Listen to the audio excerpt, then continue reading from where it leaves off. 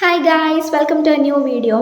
അപ്പം നമ്മുടെ ഇന്നത്തെ വീഡിയോ എന്ന് പറയുന്നത് ഞാൻ എങ്ങനെയാണ് ഐബ്രോസ് ഷേപ്പ് ചെയ്യുക എന്നുള്ളതാണ്. ഞാൻ നോർമലി പാർലറിൽ ഇപ്പോൾ അങ്ങനെ ഷേപ്പ് ചെയ്യാറില്ല, കാരണം എൻ്റെ ഇഷ്ടത്തിനും വരാറില്ല, പിന്നെ അതുപോലെ വേദനിക്കുകയും ചെയ്യും. അതുകൊണ്ട് ഞാൻ തന്നെ ബ്ലേഡും കൊണ്ടാണ് ചെയ്യാറ്.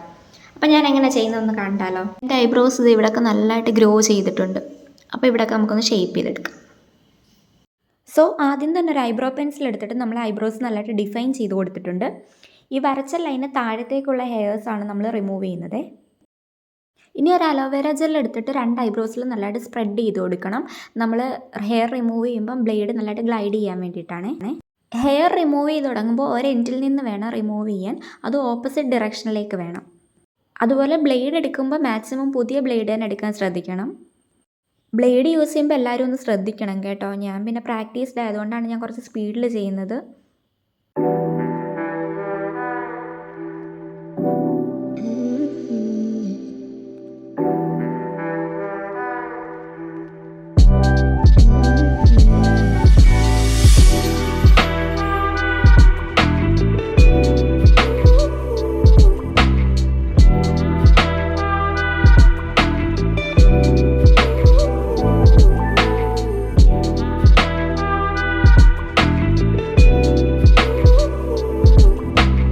ലാസ്റ്റ് ഒന്ന് കോംബ് ചെയ്ത് കൊടുക്കണം കേട്ടോ. ഞാൻ യൂസ് ചെയ്യാത്തൊരു ടൂത്ത് ബ്രഷാണ് ഇവിടെ എടുത്തിരിക്കുന്നത്.